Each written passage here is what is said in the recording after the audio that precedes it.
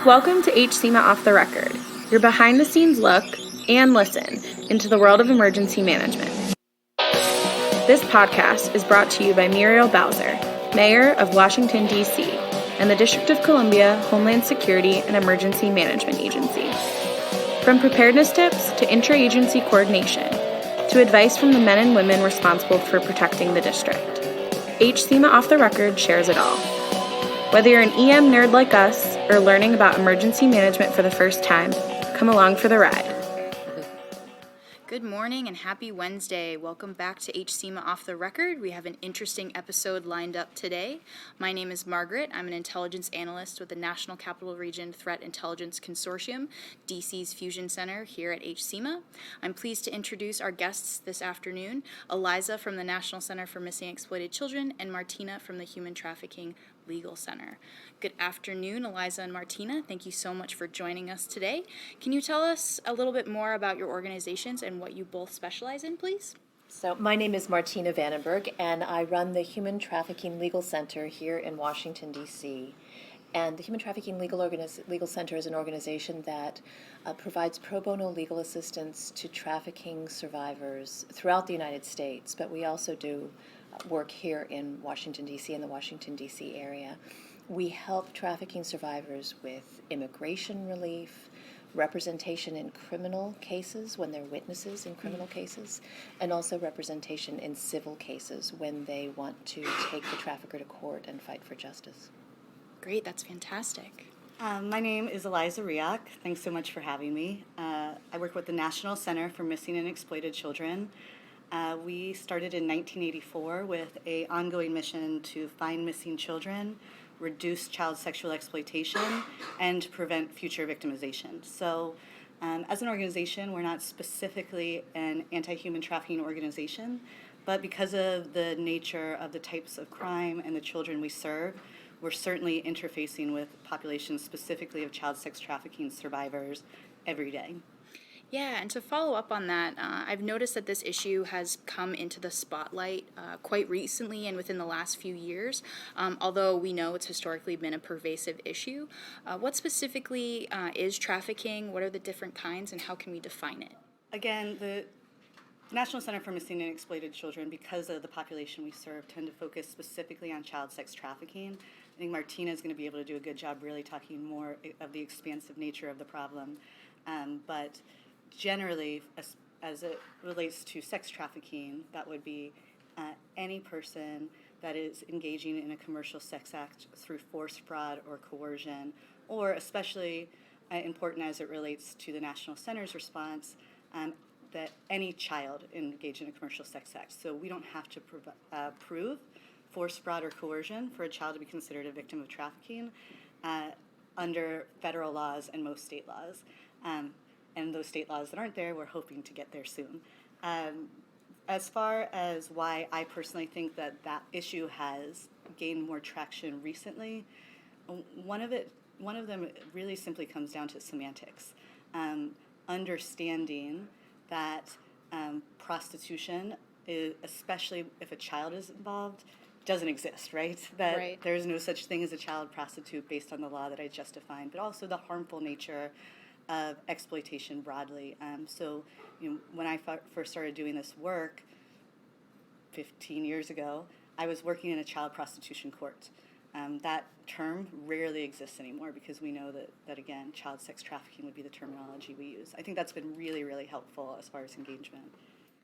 So Eliza is completely right on the sex trafficking definition. So if it's an adult in the commercial sex industry, the government has to show force, fraud, or coercion.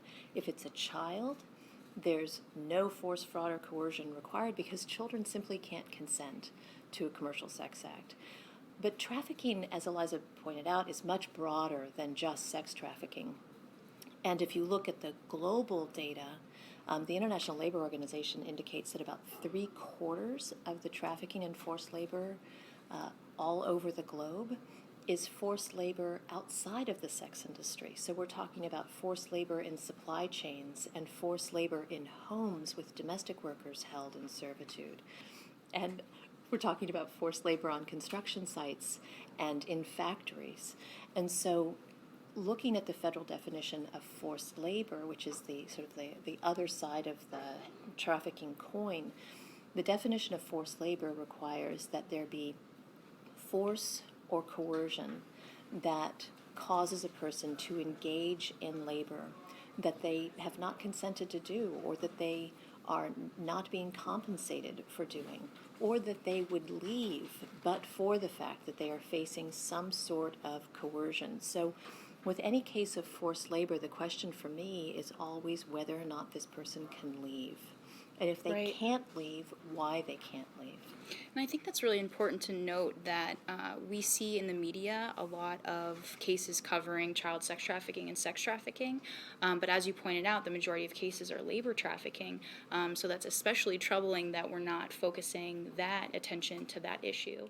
That's so true, and there's one other thing I just want to point out before I sort of hand the baton back to Eliza, who can also address this issue. One of the reasons that child sex trafficking has been in the news so frequently of late is because of a growing realization that children are being criminalized, that sex trafficking victims, adults and children, are being prosecuted and sent to prison, oftentimes for crimes that their traffickers force them to commit. Right. And so Rihanna and others have brought attention to cases of child sex trafficking victims who have committed crimes and ended up in prison, sometimes for life. There was just a huge story on the front page of the Washington Post about a child who was being trafficked, who killed her trafficker, and she's now heading to prison. So I think the media on sex trafficking is starting to pay attention to this incredibly damaging system of criminalization that causes sex trafficking victims and also labor trafficking victims who are engaged in illegal forms of labor or are forced to commit crimes that their traffickers, desire them to commit. But it's actually the victims in some case going to prison. Right, and then that's another level of re-victimization, which is very troubling. Thank you for pointing that out. I think that's extremely important to point out as well. Did you have anything else you wanted to add to that point? To the point of criminalization of victims, it's an ongoing challenge for many, many reasons, like Martina mentioned. I think one that is most challenging from a policy perspective when it relates to children is the tremendous lack of resources, awareness, and funding. So, like I said, 10 years ago, I think we were really, and while the challenge still exists, especially with adults, to recognize victimization over criminality, or as opposed to, along with the strategies that traffickers put forward to purposefully distance themselves from punitive action by forcing or coercive methods for their victims to commit these crimes on their behalf. We also have this issue of, if we do not arrest a child for the crime of prostitution, and when I say issue, it's the pushback that we often hear from policymakers, then we may not have access to funding to appropriately provide services to that young person. Because the way that most of our state legislators work, or traditionally were formed, and that can be really challenging in itself, that they were all formed independently of one another. Absolutely. So trying to navigate those systems can be very tough, but traditionally the idea was abuse or neglect by a parent or guardian. And so a lot of times these young people may not fall into that category. And secondary, again, based on the nature of how we define this crime, a child doesn't have to have an identified trafficker to be considered a victim of trafficking.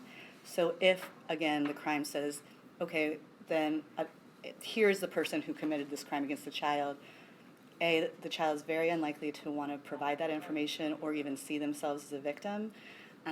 If it hinges on that disclosure, or for the parent or guardian to have to be the perpetrator, then that child might not have access to services through traditional funding streams. And so we really have to be creative. It's not an excuse ever to charge a child. I think you already said the re-traumatization involved with the juvenile justice and a punitive response is incredibly challenging, but thinking of how can we ensure that as we look to protect and the civil rights of young people to not be charged with crimes because of their own victimization, do we ensure that their safety is also considered and that they can access services in that way. Absolutely. I think the bottom line here is really that services should not be contingent upon Right. involvement in the criminal justice system. 100%. Right? If these are children who need services, the fact that the only way they can get them is by entering the criminal justice system is nothing short of terrifying. I couldn't agree more. Yeah, I think that really illustrates how complex and how services and law enforcement and all levels of this issue is still evolving. Clearly, that we still have a long ways to go. And revisiting your point regarding coercion tactics, can you, Eliza, explain a little bit about the different tactics that traffickers use to pull in their victims? Certainly. I think, while there is a variety of types of trafficking and manifestations of trafficking, even within child sex trafficking, a common narrative we see is that traffickers target individuals who may already have certain traits that make them vulnerable. I'm trying to step away from the vulnerability language. Amazing mentor of mine who is a survivor herself said, "I'm so tired of hearing why I'm vulnerable. It's one more reason why this is my fault." So really looking at targeted. But certainly I think the same indicators that a child would be likely system involved or in poverty are going to be the same things traffickers look for potential manipulation. And part of that, a story that I think illustrates that more than I could even list those indicators would be the story of a good friend and mentor, T. Ortiz, who is a member of NCMEC's Survivor Advisory Council on these issues, and has given us permission to talk through this a little bit, where she said, I was born into foster care. My mother was absent, my father was in jail, and by the time I was 10, I'd been through 16 or more foster care placements. So again, while many children have really wonderful experiences in foster care, the children that we tend to see that are victimized through child sex trafficking don't have that narrative. And she said, of those placements, over half were abusive. Mm-hmm. So for me, foster care was almost like boot camp. I learned that I could be sexualized as a child, and I learned that my value was tied to a paycheck. So when I met my trafficker when I was 12, there was an incredible amount of violence, and I've had, unfortunately, seen some of the extreme violence that was suffered in T's case in particular. But she said, I'd already experienced that, and I'd already kind of had that monetary value assigned to me or being told that was why I was important. So what my trafficker offered me for the first time was this sense of stability, that this is a person who's going to do what they say they're doing, that's going to remain consistent. And further, in her case, was literally the first person who ever told her that he loved her. Mm. Further, when she was 14, she was arrested and charged with the crime of prostitution. So what she's learned so far is my parents weren't available or a resource to me. The system isn't something that I can trust. The service, that law enforcement wasn't something I could trust. And even the people who saw me at this young age, walking in and out of hotel rooms, getting in and out of taxis, who didn't think of me as a child to protect, but as something to protect their children from, that all had been failing me already. So my trafficker was able to really target that and prey upon this idea of at least there's consistency there. So when we talk about the coercion and why people don't leave, there are so many different ways. I think children especially, though, are incredibly susceptible for that idea of love, affection, caretaking. And then there is certainly that level of violence in those cases as well to shift and maintain control. And finally, again, I can't reaffirm enough in the discussion that while there are those tactics to coerce, there are also predators who are exploiting vulnerabilities when it comes to runaway and homeless youth, that a child doesn't have to have a trafficker to be a victim of trafficking. And an adult who is exploiting a child sexually in an expectation is part of a crime of trafficking. So those would be some of the coercion methods, for sure. I would add, though, that it's important also to look at the forced labor side of this. Absolutely. Because I think in sex trafficking and in labor trafficking, a lot of the coercion is psychological. And so the mythology that we hear is that people are kidnapped. Yes, and I was going to point that out. Yes, that misconception. And chained to a radiator and thrown in the back of a car. And whisked off into servitude. The reality is that traffickers are smart. Why kidnap someone and take them kicking and screaming when you can convince them just through psychological coercion that their life is going to be better and that they should want to go with you? How much easier is that? And so what we see in the labor trafficking context, and I think there are also sort of echoes of this in the sex trafficking context, is that people are recruited, right? In the labor trafficking context, they're frequently recruited for a great job. You will get a fantastic job. Here's a contract. It's all perfectly legal. For the foreign-born trafficking survivors, here's a visa. You can enter the United States legally in many cases. Traffickers are very savvy in how they control trafficking victims who are under their power. And so in the labor context, oftentimes, if there's a domestic worker in your house who is completely dependent upon you for everything, and what's more, her visa is tied to you. You, as that worker, you are now chained to that employer, because the minute you run out the door, you're out of status. And then you can be arrested and deported, which is in many cases, your greatest fear. And so what traffickers do, particularly in the coercive labor trafficking context, is they threaten people with deportation. There was one case in Philadelphia involving Ukrainian traffickers who brought over men and women from Ukraine. They put them in forced labor cleaning big box stores in the middle of the night. And so who was cleaning the Costco? Who was cleaning the Target? Who was cleaning the Walmart? It was actually people held in forced labor from Ukraine. And those individuals knew that if they ran away, the traffickers knew where their families lived back in their village in Ukraine. So, yes, they threaten you with deportation, but often they threaten family members back in the country of origin. And in one case, they threatened the mother of a trafficking survivor who had run away. They threatened the grandmother who had the child that this woman had left behind to come to the United States for this great job. They threatened to put that grandchild into forced prostitution, right? So there are many, many ways, and sometimes they don't involve any physical violence at all. Sometimes it's just all psychological coercion, where people know they don't have a choice. Absolutely. And I think that's important to point out, that the power and control dynamic that we see in domestic violence survivors is very similar to that of trafficking survivors, that, like you point out, you don't have to lay a hand on someone in order to control them and have that power over them, which, again, to your point, is why traffickers are very savvy. So I think it's important to point out that traffickers have a plan, they have an agenda. There's a level of foresight and planning that goes into it. And I think that's really important what you pointed out regarding the I'm not a vulnerable person, I'm being targeted by someone. And the concept of changing the language around this narrative, I think, is very important. Using survivor, not victim. People aren't rescued, and that language is important to empower people. That's exactly right. And when we look at the survivors that we've worked with, so I've done legal services for trafficking survivors for a long time, more than 15 years.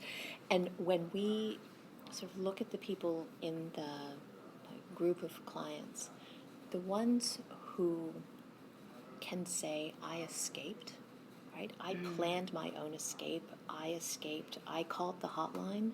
I arranged my break away from that household in the middle of the night. They are so much stronger, right? They are able to recover. But I think in most cases, trafficking survivors have organized their own so-called rescue. Right? Other people take credit for it. Right, exactly. But they basically rescue themselves. Yeah. I have so many thoughts already based on those comments. I just, from semantics, certainly, I think even further, or to take that a step further, one of the things we talk about is, we don't want to move away from the term victim often in our work, because we want to reinforce the nature of the crime and the protocol connected. But when we're talking about individuals, that have experienced this crime or have been victimized by this crime, not only respecting that you are surviving even during your exploitation, and like Martina said, are often, the one empowered to get yourself out of the situation through some sort of really challenging dynamic. Again, but also I think why I flubbered there is because at the end of the day, also making sure that we don't define that person based on that experience. To say that, yes, they are, that is a part of who they are and who their experience, but that is not them. A dear friend of mine talked about the fact that she finished a PhD paper on the dynamics of trafficking in Minnesota, and when it was released, they said, and isn't this wonderful that we had this research done in partnership between a academic and a survivor? And she said, I had my PhD 10 years longer than the other woman there, but now that I'm a survivor, it's like that's all I can be. So the semantics around this can just get so important and interesting. But I did also want to just jump back a second, because Martina earlier reminded me of something really important when she said, how challenging it is, and you mentioned too that our juvenile justice would be thought to be the only option. I think similarly, when I talk about a story like T's or any of those other options, I don't want it to reinforce an idea that we've heard before, especially with LGBT youth and trans and non-binary youth in particular, that there is this idea that has been spread around that maybe for them, trafficking is a better option, that being exploited in that way would be a better, because it's been so hard already. At no point do we put that blame on the child or their experience or what they feel, but I think we as a community can never accept, similar to domestic violence, that this outcome of violence against another human being and the exploitation of a child could ever be a solution that we say, okay, well, then that's going to be our answer. So really, if anything, hoping that it would embolden to say, what can we offer instead of what's happening now? So that's also true on the labor trafficking side, because I was talking to an advocate a couple of days ago who said sometimes law enforcement will say, well, gee, this is terrible, but they're earning more money than they would in their country of origin, right? But that's not the measure, right? Right. The That's measure not acceptable. is whether that employer in the United States is following U.S. law. And I want to pick up on one other thing that you said, Margaret, because you sort of mentioned that sort of traffickers are, they have a plan. Sometimes you can see that in the financial shenanigans that they undertake.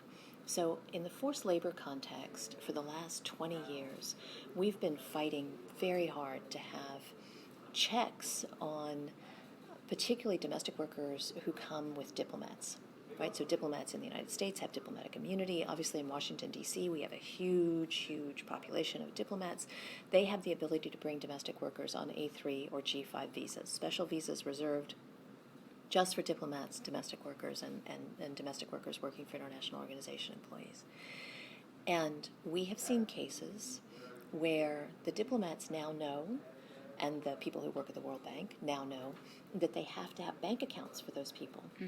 People have become very savvy about creating a paper trail to make it look as if they're paying. But then on a certain day every month, they take, it's now a victim, right? They take that person to the bank, they have them withdraw all the money, and they have it handed back to them in cash. And so the kind of forethought required in order to pretend like you're paying someone when you're really not paying someone is highly problematic. And we've seen this happen again and again and again when people are creating a paper record that's actually completely false. Interesting. Huge thanks to our guests Martina and Eliza for joining us on this week's episode for some really great conversations. With so much great information shared, we couldn't fit everything into one episode, so we're excited to air a bonus edition next week with the second half of our conversation with Eliza and Martina. We'll see you then, and thanks for listening.